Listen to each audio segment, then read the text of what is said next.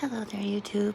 This is Michelle again, and I'm coming to you because something that was said as a comment to me disturbed me a little bit. Not because I'm upset with that person, because we all need to speak our truth, and we do. We all need to speak out. I'm still trying to figure out if I'm being lukewarm because I like the fact that people are kind to one another and speak gently to each other and are not cruel to each other when they don't agree with one another. I hope that Abba will give me the courage to understand if I am being lukewarm so that he can sanctify my own mind and my own heart. But I'm not going to let a man do that because I don't need a man to tell me that I'm being lukewarm. I need him to tell me I'm being lukewarm. And I understand that each one of us has our own path to take, and each one of us needs to go through Yahushua because he is the door. And each one of us needs to truly go through his Torah and go through his light and his life. And at the end of the day, that will look different to every single human being unless you find a community that comes together and believes in it the exact same way. But then you will have witness and the other people won't agree with your witness. And when you get that witness, do you calm that witness within you, or do you continue to go on with that witness but still love the people you are working with that don't agree with that one witness but are still on the same path as you? See, we can't hate one another that when we're not on the same page.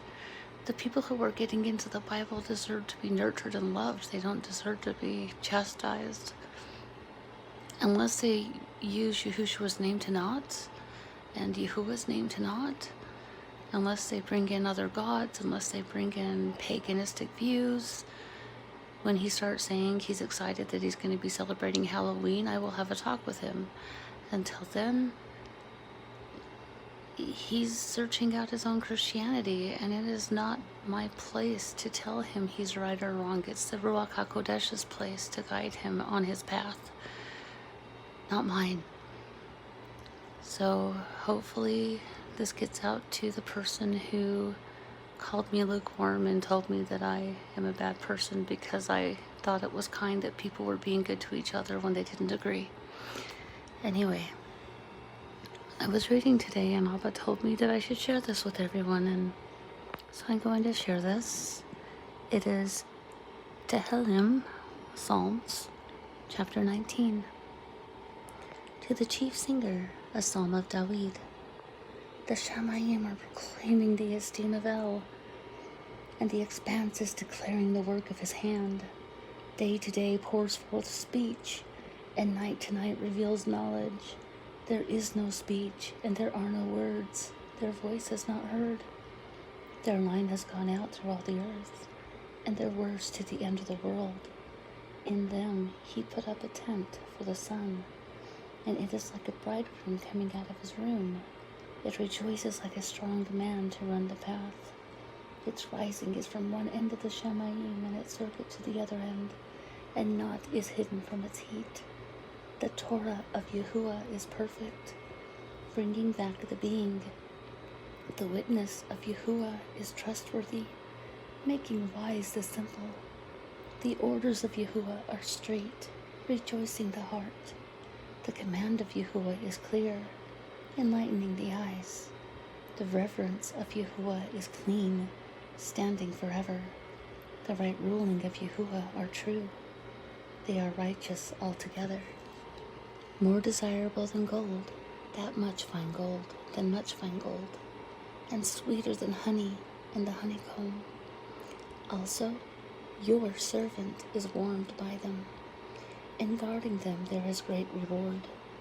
Who discerns mistakes? Declare me innocent from those that are secret. Also keep your servant back from presumptuous ones. Do not let them rule over me.